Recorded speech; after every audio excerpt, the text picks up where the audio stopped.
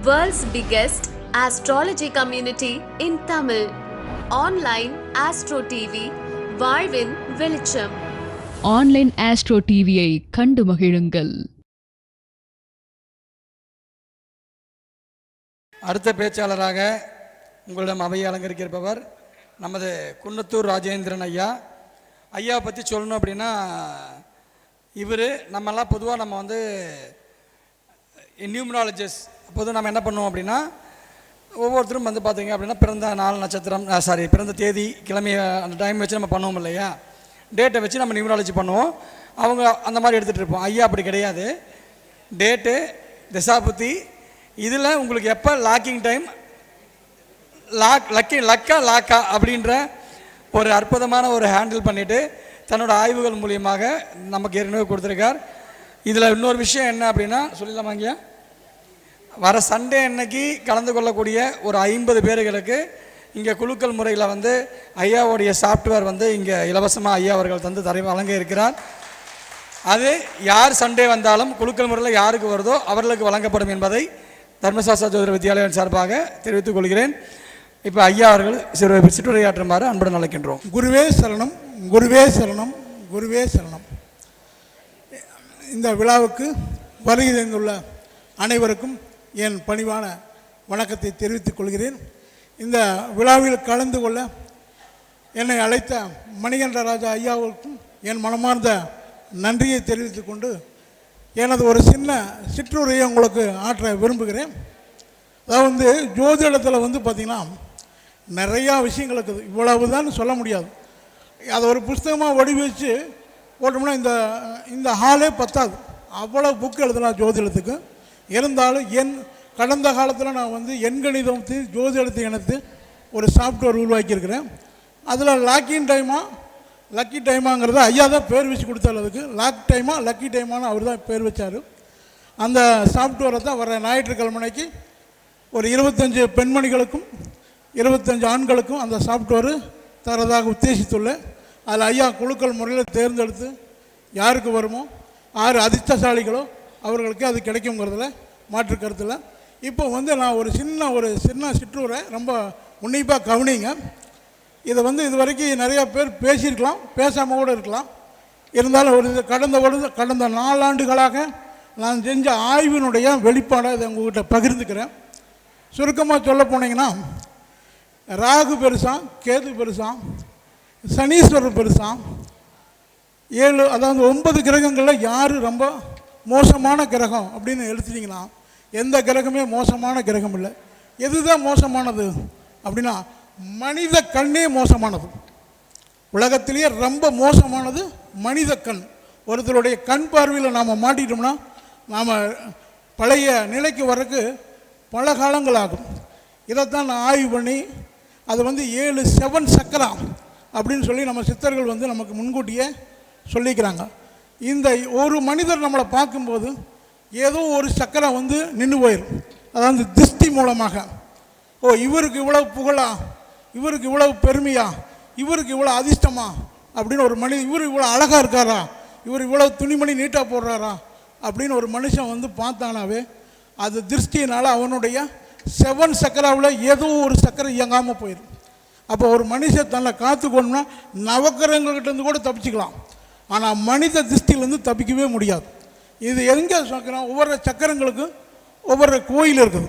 இப்போ நம்ம ஒரு ஜாதகத்தை பார்த்தாவே இவருக்கு எந்த சக்கரை இயங்கலையும் நான் கண்டுபிடிச்சிருவேன். ஒரே செகண்டில் நான் சொல்லிடுவேன் இவருக்கு எந்த சக்கரை செயல்படாமல் இருக்குது, இதுக்கு என்ன கோயிலுக்கு போனால் அது அவருக்கு இயங்கும் அப்படின்னு சொல்லலாம். சுருக்கமாக சொல்ல போனீங்கன்னா மொத்தம் 7 சக்கரா இருக்குது. அந்த 7 சக்கரா மூலமாக தான் நம்மளை நவக்கிரகங்களை அட்டாக் பண்ணுது.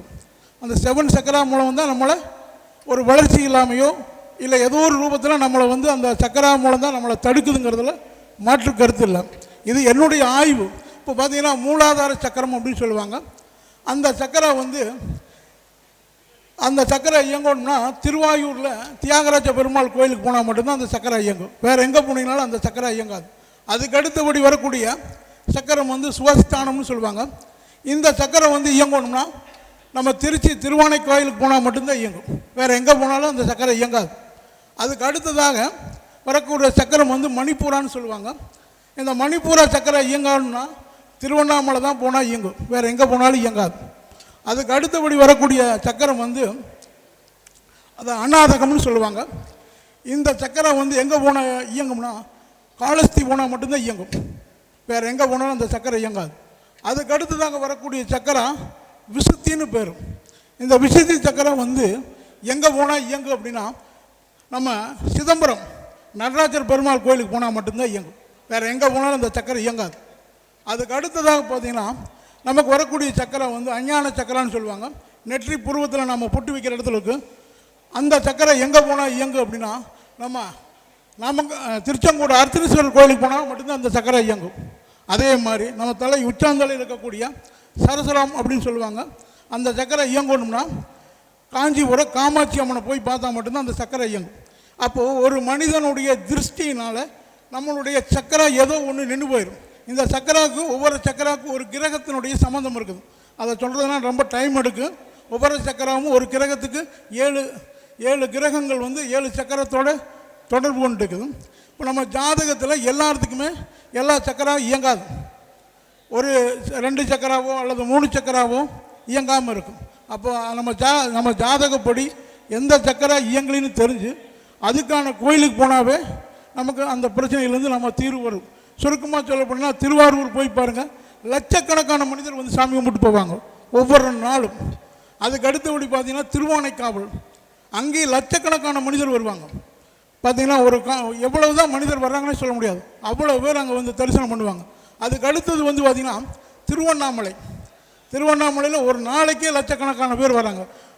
சுருக்கமாக சொல்ல போனீங்கன்னா பௌர்ணமி நாளில் 10 லட்சத்துக்கு மேற்பட்ட மக்கள் வராங்க. ஒருத்தர் கூட சாமி பார்க்க முடியாது. எல்லாம் அந்த கிரிவல பாதையில் போய் கிரிவலம் வந்துட்டு சிவனை நினச்சிட்டு கிரிவலம் வந்தாங்கன்னாவே அவங்களுக்கு மணிப்பூர சக்கரை இயங்கும். அதே மாதிரி அநாத சக்கரை இயங்கணும் அப்படின்னு வச்சிங்களேன், காலஸ்தி ஓனாத்தான் இயங்கும். காலஸ்தியில் பார்த்திங்கன்னா ஒரு நாளைக்கு லட்சக்கணக்கான பேர் வந்து காலஸ்தியில் தரிசனம் பண்ணுறாங்க. அதுக்கு அடுத்தபடி பார்த்திங்கன்னா விசுத்தி சக்கரத்துக்கு வந்து பார்த்திங்கன்னா சிதம்பரத்தில் லட்சக்கணக்கான பேர் வந்து தரிசனம் பண்ணுறாங்க. இப்படி இந்த கோயில்கள் எல்லாமே வந்து பார்த்திங்கன்னா லட்சக்கணக்கான பேர் அங்கே இந்த கோயிலெல்லாம் மேக்சிமம் நவக்கிரகமே இருக்காது, அந்த தெய்வ வழிபாடு தான். அப்போ நம்மளுடைய பிரச்சனைகளே வந்து எங்கேருந்து ஸ்டார்ட் ஆகுதுன்னா, இப்போ என்கிட்ட இல்லாத பொருள் உங்கள்கிட்ட பார்க்கும்போது அவங்களுடைய திருஷ்டியினால் நம்முடைய சக்கரம் ஏதோ ஒரு சக்கரத்தை நிறுத்திடுவாங்க. அப்போ நாம் என்ன செய்யணும், தினசரி நம்முடைய சக்கரத்தை தூய்மைப்படுத்திகிட்டே இருக்கணும். பொதுவாக எல்லா சக்கரத்தையும் எல்லா மனிதனாலையும் நிறுத்த முடியாது. ஒரு குறிப்பிட்ட சக்கரத்தை ஒரு மனுஷனால் அவனுடைய கண் பார்வையினால் நிறுத்த முடியும். அதை தான் பெரியவங்க சொல்லுவாங்க, அவனை பார்த்துட்டு போனால் எந்த காரியம் நடக்காது, எந்த காரியமே நடக்காதுன்னு சொல்லுவாங்க. அவன் பார்க்கும்போது நம்முடைய அனைத்து விஷயங்களையும் அவனால் தடுத்துடுறான். அதே மாதிரி பூனை பார்த்துட்டு போனால் எந்த காரியம் நடக்காதுப்பாங்க, முசலை பார்த்துட்டு போனால் நடக்காதுப்பாங்க. அதெல்லாம் வந்து நம்முடைய சக்கராவை நிறுத்திடும். அப்போது நம்ம ஜாதகத்தை பார்த்தாவே கண்டுபிடிக்கலாம் நமக்கு என்ன சக்கரம் இயங்காமல் இருக்குது அப்படின்னு கண்டுபிடிச்சி அதுக்கான கோயிலுக்கு நீங்கள் போனீங்கன்னாவே எல்லா விதமான பிரச்சனைகளும் தீரும். இப்போ நவக்கிரக கோயிலுக்கு போகிறத விட 100 மடங்கு இது பலன் தரும். அதனால தான் திருவண்ணாமலையில் பார்த்தீங்கன்னா லட்சக்கணக்கான பேர் இருக்கிறான். அங்கே போனால் அவனுக்கு மணிப்பூர சக்கரை இயங்கும். இப்போ மணிப்பூர சக்கரை இயங்கும் போது அவனுக்கு என்ன கிடைக்கும், பொருளாதாரம் மேன்மை அடைவான். ஆனால் மணிப்பூர சக்கரை இயங்கிட்டு இருக்கிற போக வேண்டிய அவசியம் இல்லை. இதே மாதிரி சுருக்கமாக சொல்ல போனீங்கன்னா இந்த மாதிரி சக்கரங்கள் இயங்கக்கூடிய இடங்கள் பார்த்திங்கன்னா இப்போ சிவன் கோயிலில் 5 கோயில் சொன்னேன். அதுக்கு அடுத்தபடி வந்ததுன்னா முருகர் கோயில் 6 படை கோயிலையும் ஒவ்வொரு கோயிலும் ஒரு சக்கரை இயங்கும். அதனால தான் 6 படைக்கு போகிறவங்க வந்து நல்ல வளர்ச்சியிலேயே இருக்கலாம். நீங்கள் இந்த வருஷம் 6 படை கோயிலுக்கு போகல, அதனால் எனக்கு ஒன்றும் சரியில்லை. போன வருஷம் போயிட்டு வந்தேன், எனக்கு நல்லா இருந்தது, தொழில் வளர்ச்சி இருந்தது, பொருளாதார உயர்வு இருந்தது, இப்படிலாம் சொல்லுவான். அதே மாதிரி வந்து பார்த்திங்கன்னா தொடர்ந்து பார்த்திங்கன்னா எனக்கு திருவண்ணாமலை போலின்னா எனக்கு சரியாகாது, திருவண்ணாமலை போயிட்டு வந்தால் தான் எனக்கு சரியாகும்பா. அவனுக்கு அந்த மணிப்பூர சக்கரை இயங்காதனால அங்கே போனோன்னா அந்த சக்கரை இயங்குற காரணம் பண்ணுது, அவனுக்கு பொருளாதார வளர்ச்சி அடைகிறான். இதே மாதிரி வந்து பார்த்திங்கன்னா முருகர் கோயிலில் 6 படையிலையும் 6 சக்கரங்கள் இயங்குது. அவன் அறியாமையே அந்த கோயிலுக்கு போய் அந்த சக்கரத்தை ஆக்டிவேட் பண்ணிக்கிறான். அதனால் அவனுக்கு அந்த பிரச்சனைகள்லாம் தீருது. அதே மாதிரி சபரிமலைக்கு குறைஞ்சபட்சம் ஒரு 2 கோடி பேர் வர்றதாக சொல்கிறாங்க. அந்த 2 கோடி பேருக்கும் வந்து சபரிமலை போனால் அங்கேயும் அந்த 7 சக்கரம் இயங்கும். 7 சக்கரம் வந்து ஒரே இடத்துல இயங்காது, ஒவ்வொரு இடத்துல 7 இடத்துல சாமி கும்பிட்டு போவாங்க. சொரிமுத்தான் கோயில் இந்த மாதிரி ஒரு பல இடங்களை சொல்லுவாங்க. அந்த ஒவ்வொரு இடங்களில் போகும்போது அவங்களுடைய சக்கரை ஆக்டிவேட் ஆகிடுது. அதனால் அடுத்த ஒரு வருஷத்துக்கு அவங்களுக்கு எல்லா விஷயங்களும் சக்ஸஸ் ஆகும். ஆனால் இந்த சக்கராக்களை வந்து நமக்கு இயல்பாகவே கடவுள் கொடுத்த பெரிய கிஃப்ட்டு. நம்ம முன்னோர்கள் நமக்கு கொடுத்த பெரிய கிஃப்ட்டு. நம்ம ஜாதகத்தை பார்த்து நமக்கு என்ன சக்கரா இயங்கலின்னு தெரிஞ்சுட்டு அந்த சக்கரானுக்கான கோயிலுக்கு நீங்கள் போனீங்கன்னாவே உங்கள் பிரச்சனை அனைத்தும் தீரும். இது ஜோதிடமும் சக்கராங்கிறது வேற இல்லை. மருத்துவம், ஜோதிடம் இது எல்லாமே ஒன்று சார்ந்ததான். மனநோ இது ரெண்டுமே ஒன்று தான். இது பிரிக்க முடியாது. இது ரெண்டுமே ஒன்று தான். அப்போது இந்த சக்கரா இருக்குது அப்படின்னு சொல்கிறாங்க. நெஞ்சுக்குழியில் ஒரு சக்கரா இருக்குன்னா அந்த இடத்த அறுத்து பார்த்தா தெரியாது. ஆனால் உண்மையிலேயே அந்த இடத்துல ஒரு சக்கரா இருக்குது. நீங்கள் பாருங்க உங்கள் ஜாதகத்தை அது ஒரு நாளைக்கு நான் உங்களுக்கு சொல்கிறேன். அது எப்படி நீங்கள் சக்கராவை கண்டுபிடிக்கலாம். ஒரு ஜாதகத்தை வச்சு இவருக்கு இந்த சக்கரா வேலை செய்யலை அப்படின்னா அது சம்மந்தமான பிரச்சனையை அவர் சந்திச்சுட்டே இருப்பார். வாழ்நாள் பூரா இருக்கும். இந்த சக்கரை போகிறதுக்கு வந்து பார்த்திங்கன்னா கடவுள் யாருக்குமே இப்போ வந்து பார்த்திங்கன்னா நமக்கு திருஷ்டி எப்படி வருதுன்னா எழுத்த வீட்டுக்காரன் கூட இருப்பான் நம்ம கூட. அவன் நம்மளை பார்த்தானா நம்ம சக்கரா ஒன்று நிறுத்தி போடுவான். அப்போ அது சம்மந்தமான பிரச்சனையை நம்ம சந்திப்போம். அதே மாதிரி பார்த்திங்கன்னா நம்ம கூட பிறந்த தம்பி கூட இருப்பான். நம்ம சக்கராவை நிறுத்தி போடுவான். அதனால தான் சொல்லுவாங்க அந்த வீட்டில் குடியிருக்க வரைக்கும் நாங்கள் வளர்ச்சி இல்லை, இப்போ இங்கே வந்தவரை நாங்கள் நல்லா வளர்ச்சி அடைஞ்சிருக்கிறோம் அப்படின்னு சொல்லுவாங்க. அதுக்கு வேறு எந்த காரணமே இல்லை. ஒருத்தருடைய திருஷ்டினால் அவங்களுடைய சக்கரா நின்று போயிடும். இந்த சக்கரா மூலம் தான் நவக்கிரகங்கள் செயல்படுது.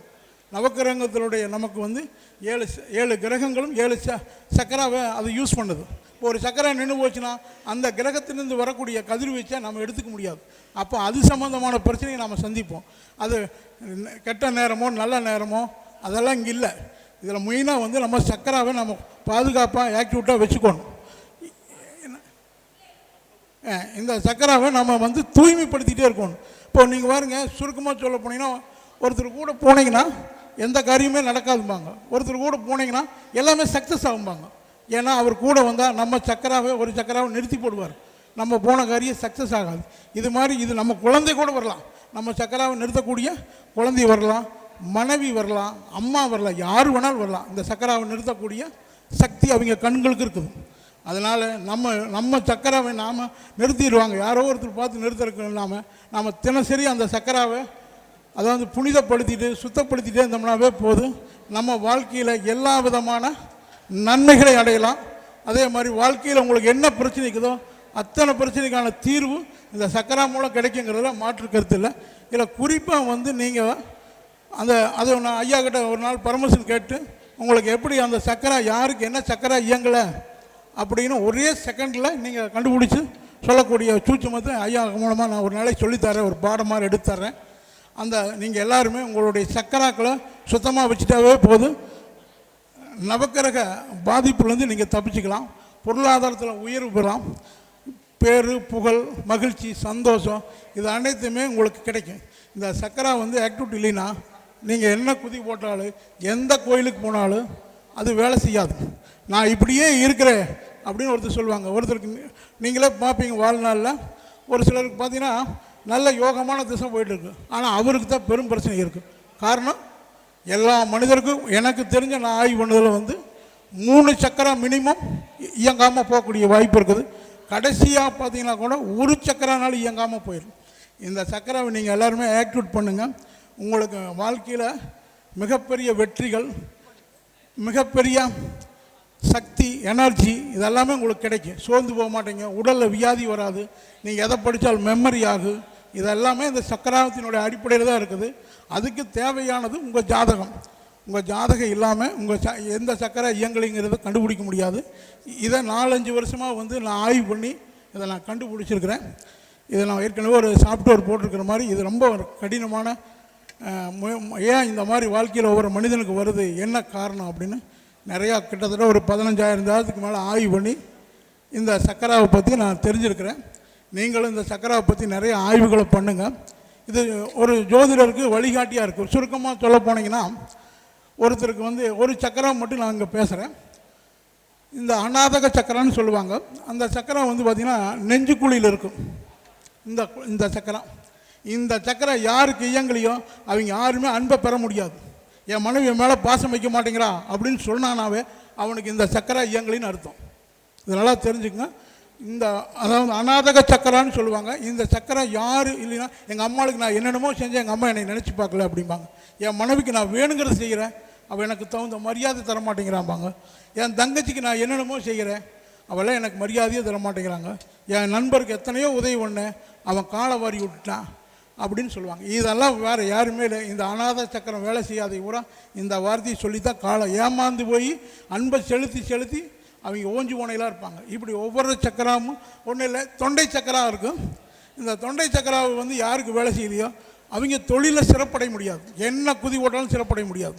இந்த தொண்டை வழியாக தான் அவனுடைய செய்தி வெளியே போகும்.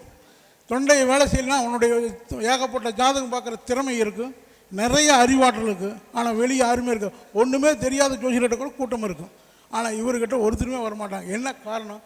இந்த சக்கரை வேலை செஞ்சால் மட்டும்தான் வெளித்தொடர்பு மூலமாக நமக்கு பார்ட்டி கிடைப்பாங்க. இப்போ நான் ஜோசியர், நான் போய் நானே ஜோசியர்னு சொல்ல முடியாது. என்கிட்ட பார்த்துட்டு போனையே ஒரு 10 பேர்த்துக்கிட்ட சொல்லணும், சொன்னால் தான் நான் ஜோசியர் ஆக முடியும். இல்லை நானே ஜோசியர்னு சொன்னால் நம்ப மாட்டாங்க. அதுக்கு காரணம் வந்து இந்த தொட்டை சக்கரை இயங்கலினா தொழிலில் வருமானத்தை சம்பாதிக்கவே முடியாது. இப்படி ஒவ்வொரு சக்கராவும் ஒரு விதமான பலன்களை நம்மளுக்கு கொடுத்துருக்கு. 7 சக்கரா, மொத்தம் 144 சக்கரா இருக்குது. 144 சக்கராவை நம்ம ஆக்டிவேட் பண்ணவே முடியாது. இந்த 7 சக்கராவை மட்டும் நம்ம ஆக்டிவேட்டாக வச்சுட்டா போதும். இதுக்கு வந்து நாம் வந்து நம்ம ஜாதகத்தை பார்த்து தான் கண்டுபிடிக்க முடியும், சும்மா சொல்ல முடியாது. எல்லாத்துக்கும் எல்லா சக்கரா யாருக்குமே இயங்காது, உறுதியாக சொல்லலாம். யாருக்குமே 7 சக்கரை இயங்காது. ஏதோ கடைசியில் ஒரு சக்கரானாலும் இயங்காமல் இருக்கும். அந்த சக்கரத்தை ஆக்டிவேட் பண்ணாவே போதும். அவங்களுக்கு ஒன்றும் மாட்டாங்க. இந்த அநாத சக்கரை யாருக்கு இயங்கலையோ அவங்க கேட்டு பாருங்கள், அவங்க மனைவி மூலமாக அவங்களுக்கு ஒரு துளி கூட அன்பு கிடைக்காது. அவன் வேணுங்கிறது வாங்கி கொடுப்பான், எல்லாம் செய்வான், ஆனால் அந்த மனைவியினுடைய அன்பை அவனால் பெற முடியாது. ஒருத்தன் 100 ரூபா கூட சம்பாதிக்க மாட்டான். அந்த அம்மா வேலைக்கு போயிட்டு வந்து அவர் வந்து சாப்பிட்லையேன்னு ஏங்கிட்டு கொண்டிருக்கும். ஆனால் இவன் எல்லாம் செஞ்சால் கூட கிடைக்காது. இதுவும் சக்கராவனுடைய வேலை தான். ஒருத்தருக்கு வந்து பார்த்திங்கன்னா சுருக்கமாக சொல்ல போனீங்கன்னா தன் வாழ்நாள் இறுதி வரைக்கும் 1 சென்ட் இடம் கூட வாங்க முடியாமல் எத்தனையோ பேர் இருக்கிறாங்க. அவங்களுக்கெல்லாம் மூலாதார சக்கரை இயங்கலின்னு அர்த்தம். மூலாதார சக்கரை இயங்கலினா கண்டிஷனாக மண் வாங்கவே முடியாது. அப்போ அந்த சக்கரை இயங்கணும் அப்படின்னா அவர் முருகர் பக்கத்தில் இருந்தால் முருகர் சம்மந்தமான கோயிலுக்கு போக சொல்லணும். சிவன் பக்கத்தில் இருந்தால் அதான் ஆண் பெண் ராசி, அதை பார்க்கணும். ஆண் ராசியில் இருக்கும்போது நீங்கள் என்ன செய்யணும் அப்படின்னா சிவன் கோயிலுக்கு போக சொல்லலாம். அது என்ன ராசி வருதுன்னு பார்க்கணும்னு சுருக்கமாக சொல்ல போனீங்கன்னா மேச ராசியாக இருக்காருன்னு வச்சுக்கோங்க. மேச லக்கணம் ராசியெல்லாம் மேச லக்கணமாக இருந்தோம்னா அவருக்கு சிவன் கோயிலுக்கு போனால் செட் ஆயிடும். சிவன் கோயில் அப்போ திருவண்ணாமலையோ அல்லது சிதம்பரமோ அல்லது திருவாரூர் தியாகராஜ பெருமாளவோ பார்க்க சொல்லணும். அவருக்கு என்ன சக்கரைங்களோ அங்கே போய் நீங்கள் ஒரு 2 மணி நேரம் இருந்து சாமி கும்பிட்டு வாங்க, உங்களுக்கு எல்லா பிரச்சனையும் சால்வ் ஆகலாம். இப்போ நான் சொன்னக்கூடிய கோயில் முருகர்லையும் 6 படை இருக்குது. இந்த 6 படைக்கும் பார்த்தீங்கன்னா தை மாதம் லட்சக்கணக்கான பேர் படை எடுக்கிறான். 6 படைக்கு நாங்கள் போயிட்டு வரோம்னு போகிறான். எனக்கு 6 படைக்கு போயிட்டு வந்தால் தான் நல்லா இருக்கும்பா. ஒருத்தன் பழனி போயிட்டு வந்தால் நல்லா இருக்கும்பா. பழனியில் மணிப்பூர சக்கரை இயங்கும். மணிப்பூர சக்கரை இயங்கும். பழனியில் திரு ஆவுனங்குடிக்கு போய் சாமி கும்பிட்டாவே போதும், மேலே போகணுங்கிறதே இல்லை. கீழே கும்பிட்டினாவே உங்களுக்கு மணிப்பூர சக்கரை இயங்கும். அப்போ மணிப்பூர சக்கரை இயங்கும் போது அவனுக்கு சம்மந்தமான பிரச்சனைலாம் அவனுக்கு பிரச்சனை சால்வ் ஆகும். இது மாதிரி தான் ஒவ்வொரு கோயிலையும் ஒரு சக்கரா இருக்குது. இந்த சக்கரா உங்கள் ஜாதகத்தில் எந்த சக்கரை இயங்கலையோ அதை நீங்கள் ஆக்டிவேட் பண்ணாவே போதும். நீங்கள் எல்லா விதமான மகிழ்ச்சியும் பெறக்கூடிய தகுதி பெற்ற மனிதர் ஆயிடுவீங்க. ஒருத்தருடைய அன்பை பெறக்கு, இன்னொருத்தருடைய தொடர்பை பெறக்கு, இது எல்லா விதத்துலையும் இந்த சக்கரா வந்து வேலை செய்யுது. நம்ம கண்ணுக்கே தெரியாது. ஒருத்தன் போடுவான் தாயம், இப்படி போட்டானா தாயம் விழுகும். அவனும் அதே கையில் தான் போடுறான், நாமளும் அதே கையில் தான் போடுறோம். அவனுக்கு மட்டும் விழுந்துகிட்டே இருக்குது. ஆனால் இன்னொருத்தன் வந்து ஒரு ரவுண்டே வந்துடுவான், அப்போ கூட தாயம் விழுகாது. என்ன காரணம்னா அவனுடைய சக்கரம் வேலை செய்யலின்னு அர்த்தம். அவன் எதுக்கு உட்காரும்போது வேலை செய்யாது. இது மாதிரி நீங்கள் கண்டிஷனாக இந்த சக்கராவை பற்றி நிறையா படிங்க, நிறையா தெரிஞ்சுக்குங்க. இதை வந்து சுத்தம் பண்ணுற வேலையை பாருங்கள். தினசரி சுத்தம் பண்ணணும். தினம் குளிக்கும் போதெல்லாம் அந்த சக்கராவை ஆக்டிவேட் பண்ணிக்கணும். அதுக்கு சில மூலப்பொருட்களை போட்டு நம்ம குளித்தோம்னா, அது பொது வழியில் சொல்லக்கூடாது, இருந்தாலும் அந்த மூலப்பொருட்களை போட்டு குளித்தோம்னாவே அந்த சக்கரா வந்து ஆக்டிவேட் ஆகிடும். நமக்கு எல்லா பிரச்சனையும் சால்வ் ஆகுது. முடிஞ்சால் எந்த சக்கரா வேலை செய்யலையோ அந்த சக்கராவுக்கான கோயிலுக்கு நீங்கள் போயிட்டு வந்தீங்கன்னாவே உங்களுக்கு எல்லா பிரச்சனையும் சால்வ் ஆகும். பார்த்தீங்கன்னா இன்னுமே நிறைய அதை சொல்லிகிட்டே போகலாம். இப்போ இந்த ஒரு நெற்றி சக்கரா ஒன்று இருக்கும். இந்த சக்கரை யாருக்கு இயங்காமல் இருக்கும்னா எல்லாத்துக்கிட்டையும் ஏமாந்துகிட்டே இருப்பான். யாருக்கிட்ட போனாலும் ஏமாந்துடுவான். நான் பணத்தை கொடுத்துட்டேன், நகையை கழட்டி கொடுத்தேன், நான் அவனை நம்பினேன், இப்போ என்னை மோசடி பண்ணிட்டான் அப்படிங்கிறது அவனுக்கு தெரியவே தெரியாது. மறுபடியும் ஏமாறுவான். முதல்ல ஒருத்தங்கிட்ட ஏறுவான், பின்னாடி ஒருத்தங்கிட்ட ஏமாறுவான். அவனுக்கு அந்த நெற்றியில் இருக்கக்கூடிய அஞ்ஞானம் அப்படின்னு சொல்லுவாங்க. அந்த சக்கரை இயங்காதனால அவனுக்கு ஒளி தெரியாது. நல்லவனவன் கெட்டவனவன அவனால் கண்டுபிடிக்கவே முடியாது வாழ்நாள் பூராமே. அவன் அந்த சக்கரை இயங்கும் போது மட்டும்தான் அவன் நல்லவன் கெட்டவனை கண்டுபிடிக்க. ஒருத்தன் பார்த்தா சொல்லுவான், அவரை பார்த்தா எனக்கு என்னமோ அவன் சரிப்பட்டு வர மாதிரி தெரியல அப்படின்பா. உடனே பார்த்தோன்னு சொல்லிடுவான். அவனுக்கு அந்த அஞ்ஞான சக்கரை வேலை செஞ்சுன்னா சொல்லுவான், அவனை நம்மளுக்கு சரிப்பட்டு வர மாட்டான், அவனை பார்த்தா நல்ல மனிதராட்ட தெரியல அப்படின்னு சொல்லுவான். அதே ஒருத்தன் பழகி பார்த்துட்டு தான் சொல்லுவான். 6 மாதம் பழகிட்டு அவன் ரொம்ப சரியில்லைங்க, அவன் போக்கு எனக்கு பிடிக்கல அப்படின்பா. இதெல்லாம் இந்த சக்கரை வேலை செய்கிறவன் ஒரே செகண்டில் ஸ்கேன் பண்ணிடுவான். ஒருத்தனை பார்த்தானா சொல்லிடுவான், இவன் நல்லவன், இவன் கெட்டவன், இவன் கூட பழகலாம் பழகக்கூடாதுங்கிறத இந்த சக்கரை மூலமாகவே அவன் நம்ம தெரிஞ்சுக்கலாம். இப்படி எல்லா சக்கரங்களுமே மனிதனுக்கு இயங்கணும். அப்போ தான் அவன் வாழ்க்கையில் எல்லா இன்பங்களும் பெற முடியும். ஏதோ ஒரு சக்கரை இயங்கலினா அந்த சக்கரை சம்பந்தமான விஷயத்துக்கு அவன் போராடி கொண்டே தான் இருப்பான். இது எந்த விதமான இது ஏன் இயங்கமாமல் போகுது அப்படின்னு பார்த்தீங்கன்னா, திருஷ்டினால தான் இயங்க மாட்டாது. திருஷ்டி முதல்ல நம்மளைக்கிட்ட இருக்கிற நல்ல எண்ணங்களும் நல்ல செயலுள்ளவர்கிட்ட பழகிட்டு இருக்கும்போது மட்டும்தான் நம்மளுடைய சக்கரை இயங்கு. நம்மக்கிட்ட நம்ம மேலே பொறாமப்படுறீங்களோ இல்லை அச்சானப்படுறீங்களோ இவங்கெல்லாம் வந்தாங்கன்னா நம்ம சக்கரை இயங்கவே இயங்காது. தினசரி ஸ்டாப் ஆயிடும். தினசரி பிரச்சனையவே சந்திச்சுட்டு இருப்பாங்க. இது நவக்கிரகங்களுக்கு அப்பாற்பட்டு பார்த்தீங்கன்னா திருவண்ணாமலையில் எந்த நவக்கிரகம் கிடையாது. ஆனால் லட்சக்கணக்கான பேர் போய் சாமி கும்பிட்றான். அதே திருவாதிரையில் பார்த்தீங்கன்னா திருவாதிரை அதாவது திருவாரூரில் பார்த்தீங்கன்னா அங்கேயும் லட்சக்கணக்கான பேர் சாமி கும்பிட்றான். அங்கெல்லாம் நவக்கிரகத்துக்கு பெரிய முன்னுரிமை கிடையாது. சக்கரை ஆக்டிவிட்டி தான் அங்கே. அதே மாதிரி சபரிமலையில் பார்த்தீங்கன்னா வருஷம் மினிமம் 1.5 கோடி பேர் தரிசனம் பண்ணுறாங்கிறாங்க. அங்கே போனீங்கன்னா சரஸ்ராம்ங்கிற சக்கரை இயங்குற காரணம் ஐயப்பனை பார்த்தீங்கன்னாவே இந்த சக்கரை இயங்கும். அதனால தான் அவன் மேன்மை எல்லா விஷயங்களும் தெரியும். அவனுக்கு எல்லாமே ஒளியாக தெரியற காரணம் பண்ணிடும். அவனை ஜாதகத்துக்கு அப்பாற்பட்டு இது செயல்படுது. அதனால் நீங்கள் முடிஞ்ச அளவுக்கு உங்களுடைய சக்கராக்களை தூய்மையாக வச்சுக்கோங்க. அது சம்மந்தமான புக்குகள் இதெல்லாம் கிடச்சினா வாங்கி படிங்க. ஒரு நாள் விரைவில் ஐயா மூலமாக நான் ஐயாவுடைய அனுமதி பெற்று உங்களுக்கு எந்த ஜாதகத்துக்கு எந்த சக்கரை வேலை செய்யலைன்னு நான் சொல்கிறேன். அதுக்கான கோயிலுக்கு போயிட்டு பாருங்கள். உங்கள் உள்ளத்தில் எவ்வளோ மகிழ்ச்சி எவ்வளோ சந்தோஷம் ஏற்படுங்கிறத நீங்கள் உணரலாம். இதை சுருக்கமாக சொன்னால் என்னால் இருந்தாலும் சக்கரான்னு பேசுகிறான்னு சொல்கிறாங்க. தண்ணி குடித்தா தாகம் தீரும்னு சொன்னால் அது எப்படி தண்ணி குடித்தா தாகம் தீரும்னு கேள்வி கேட்டால் பதிலே சொல்ல முடியாது. யாருனாலையுமே சொல்ல முடியாது. தாகம் அடிக்குது, ஒருத்தருக்கு தாகம் அடிக்குது தண்ணி குடிங்க அப்படின்னு சொன்னால் தண்ணி குடித்தா தாகம் தீருமா அப்படின்னா யாருக்குமே குடித்தா மட்டும்தான் உணர முடியும். அது மாதிரி ஒரு விஷயத்தை செய்யாததுக்கு முன்னாடி யாருனாலையுமே உணர முடியாது. என்னடா இந்த ஆள் இப்படி கத்திட்டு இருக்கிறான்னு நினைக்காதீங்க. ஒவ்வொருத்தர் வாழ்க்கையிலையும் எல்லா பிரச்சனைகளுக்கும் தீர்வு எங்கே இருக்குன்னா நம்மக்கிட்டேயே தான் இருக்குது, வேறு எங்கேயுமே இல்லை. அது நல்லா தெரிஞ்சுக்கணும். நம்ம தலைவலி வந்தாலும் சரி, காய்ச்சல் அடித்தாலும் சரி, என்ன வியாதி வந்தாலும் நீங்கள் மாத்திரை போட்டால் தான் ரெடியாகாம தவிர வேறு எங்கே மாத்திரை போட்டாலும் ரெடி ஆகாது. அப்போ பிரச்சனைக்கான தீர்வு நம்மக்கிட்டேயே தான் இருக்குது. அப்போ நம்மக்கிட்டேயே என்ன இருக்குது அப்படின்னா இந்த 7 சக்கரா தான். இந்த 7 சக்கராவை நீங்கள் தூய்மைப்படுத்துங்க, அதை நல்லா பராமரிங்க. தலை மட்டும் சீவி பவுட்ரு சோப்பெல்லாம் போட்டு ஒன்றும் பிரயோஜனம் இல்லை. அந்த சக்கராவை பராமரிச்சிங்கனாவே போதும். உங்களுக்கு எங்கே போனாலும் 4 பேர் கையெடுத்து வணங்குவாங்க. ஜோதிடர்களுக்கு கண்டிஷனாக இந்த சக்கராவில் சுத்தமாக வச்சுருக்கணும். அப்போ தான் எதுக்கு வரையிலுடைய பிரச்சனை என்னன்னு நாம் ஒரு செகண்டில் கண்டுபிடிக்க முடியும். அவங்களுக்கு இந்த சக்கரை இயங்கலை, இதுதான் உங்களுக்கு பிரச்சனையாக இருக்குங்க. இது என்ன தசா புத்தி போனாலும் சரி அது போயிட்டே தான் இருக்குது. அந்த பிரச்சனை இருந்துகிட்டே தான் இருக்குது. அது தீரவே தீராது. என்ன தசா புத்தி நடந்தாலும் சரி. எனக்கு அன்னைக்கும் அப்படி தான் சொன்னீங்க, இன்றைக்கும் அப்படி தான் சொன்னீங்க, நான் அப்படியே தான் இருக்கிறேன்பா, ஒன்றும் நிறுத்த முடியலைங்க அப்படின்பா. அப்போ வேறு ஒன்றும் இல்லை, அந்த சக்கராவை ஆக்டிவேட் பண்ணக்கூடிய கோயில் அனுப்பிவிட்டிங்கன்னா போதும். கண்டிஷனாக அவனுடைய வாழ்க்கையில் மகிழ்ச்சி அவனுக்கு கிடைச்சே தீரும். அது மாதிரி நீங்கள் எல்லாருமே உங்களுடைய சக்கரா சம்மந்தமான விஷயங்களை பாருங்கள். இந்த நவக்கிரக வழிபாடு நான் மறுக்கலை, நவக்கிரக வழிபாடு இருந்தாலும் இது ரொம்ப நம்மளே அன்னாடி செஞ்சுக்கலாம். நம்முடைய சக்கராவை தினசரி நம்ம புனிதப்படுத்துறது சுத்தப்படுத்துறது இதெல்லாம் பண்ணும்போதே நம்ம சக்கரை ஆக்டிவேட் ஆயிரும். ஆக்டிவேட் ஆனாவே நமக்கு எல்லா விதமான வசதி வாய்ப்பு பொருளாதாரம் மேன்மை திருமணம் அனைத்துமே உங்களுக்கு கிடைக்கும். அதில் எந்த விதமான மாற்று கருத்தும் இல்லை. இந்த வாய்ப்பளித்த தர்மதாசா ஜோதிடா வித்யாலயாவினுடைய நிறுவனர் மணிகண்ட ராஜா ஐயா அவர்களுக்கும் இதுவரைக்கும் உங்கள் செவி வழியாக உணர்ந்த ஜோதிட பெருமக்களுக்கும் என் மனமார்ந்த நன்றியை தெரிவித்துக் கொண்டு மீண்டும் ஒரு இனிய நல்ல நாளில் உங்களை சந்திப்பேன் என்று கூறி விடைபெறுகிறேன். நன்றி, வணக்கம். ஐயா அவர்கள் அற்புதமாக சக்ராஸ் பற்றி தந்திருக்கார். இது பெரிய சப்ஜெக்டு. ஸோ இது சாதாரண சப்ஜெக்டும் இல்லை அப்படின்னு சொல்லலாம். ஏன்னா சக்ராஸ் இயக்கிறது அப்படிங்கிறது வந்து இது வரைக்கும் யாரும் பெரிய அளவில் சொல்லலை. ஆனால் எங்களுடைய ஞானிகளுக்கெல்லாம் இது தெரியும். அதனால் இது சார்ந்த விஷயங்கள் மீண்டும் ஒரு முறை பெரிய வகுப்பாக நீங்கள் கொடுங்கய்யா, பார்த்துக்கலாம். வாழ்த்துக்கள். அடுத்ததாக அவர்களுக்கான காணொளி இதோ. முத்துப்பாண்டியா.